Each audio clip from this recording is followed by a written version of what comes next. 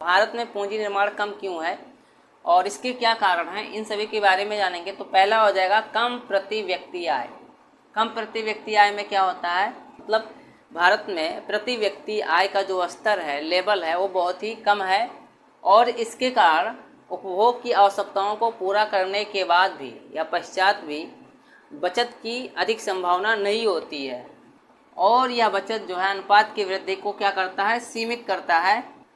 क्योंकि भारतीय जनसंख्या का एक बहुत बड़ा भाग जो है देखो अपनी अल्प आय से आधारभूत जो भी उसकी आवश्यकताएं होती है उसको पूरा करने में वो असमर्थ रहता है, ठीक। और यह बचत क्या करता है, अनुपात को सीमित करता है और इसलिए ये पूंजी निर्माण पर प्रभाव डालता है, ठीक। दूसरा पॉइंट हो जाएगा तीव्र जनसंख्या वृद्धि। अब इसमें क्या होता है, भारत की जनसंख्या जो है अधिक होने के कारण जो है काम करने वालों की अपेक्षा जो है भरण पोषण पर आश्रित जितने भी लोग हैं उनकी संख्या ज़्यादा है और इसी कारणवश जो है जो बचत होता है बहुत ही कम हो जाता है और अर्जित आय का एक बहुत बड़ा सा भाग जो है इस उपभोग में खर्च हो जाता है, व्यय हो जाता है और पूंजी निर्माण पर क्या करता है, प्रतिकूल प्रभाव डालता है, ठीक। ये तीसरा पॉइंट हो जाएगा अनुमानित ग्रामीण बचत की समस्या। अब इसमें क्या होता है, भारत में कृषि क्षेत्र की अनुमानित जो भी बचत क्षमता है उसका सही रूप में आकलन न हो पाना एक बहुत बड़ी समस्या होती है।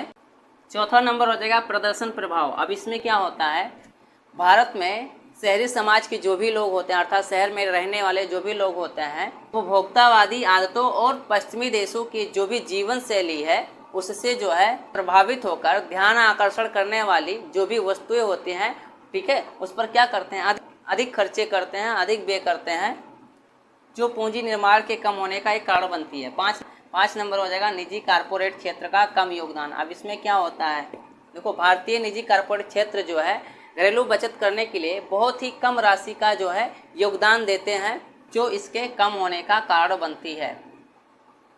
6 नंबर हो जाएगा सार्वजनिक क्षेत्र का निम्न प्रतिफल। अब इसमें क्या होता है, देखो भारत का सार्वजनिक क्षेत्र जो है सकल घरेलू बचत की दिशा में बहुत ही कम राशि का जो है योगदान दे रहे हैं जो इसके कम होने का एक कारण बनती है। 7 नंबर हो जाएगा मुद्रास्फीति। अब इसमें क्या होता है कि इसके कारण जो है या इसकी वजह से पैसे का अवमूल्यन होता है एवं लोगों की क्रय शक्ति में क्या होती है, गिरावट आती है और इसके परिणाम स्वरूप जो आय का एक बहुत बड़ा भाग जो है इस पर खर्च हो जाता है, व्यय हो जाता है, जिससे क्या होता है, बचत की कमी होती है। इस प्रकार जो है उच्च मुद्रास्फीति बचत की दर कम होने का एक कारण बनती है जो पूंजी निर्माण के लिए क्या होता है, बाधक होता है। 8 नंबर हो जाएगा बचत की आदत का अभाव। अब इसमें क्या होता है, देखो भारत में लोगों का बैंकिंग संस्थानों और अन्य वित्तीय संस्थानों जो भी है, ठीक, उसमें कम उन्मुख होने के कारण बचत की आदत बिल्कुल नहीं होती है और इस प्रकार जो बचत होनी चाहिए वास्तव में वो बचत नहीं हो पाती है क्योंकि जो लोग होते हैं वो ज़्यादा से ज़्यादा कैश जो है घर पर रखते हैं, वित्तीय संस्थानों या बैंकिंग संस्थानों में नहीं रखते हैं, घर पे इसलिए रखते हैं जिससे वो क्या करें, अच्छे तरीके से उसको यूज कर सके। 9 नंबर हो जाएगा कराधान की उच्च दर।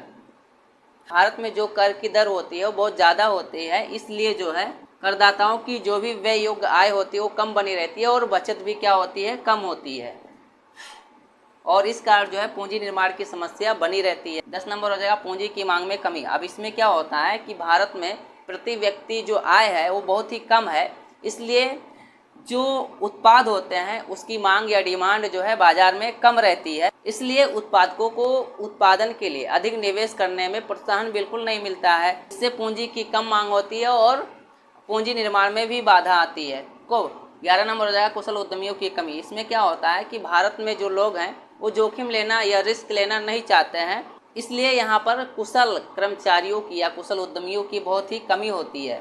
यह पूंजी निर्माण के कम दर के सबसे महत्वपूर्ण कारकों में से एक है क्योंकि उद्यमी ही क्या करता है, एक उद्योग की स्थापना करता है और उसकी विस्तार के लिए क्या करता है, पूंजी उसमें निवेश करता है, इन्वेस्ट करता है। 12 नंबर हो जाएगा प्रौद्योगिकी का पिछड़ापन। अब इसमें क्या होता है, देखो भारत में जो भी तकनीकी प्रगति है जैसा वास्तव में होना चाहिए उस प्रकार से वास्तव में उसका विकास नहीं हो पा रहा है।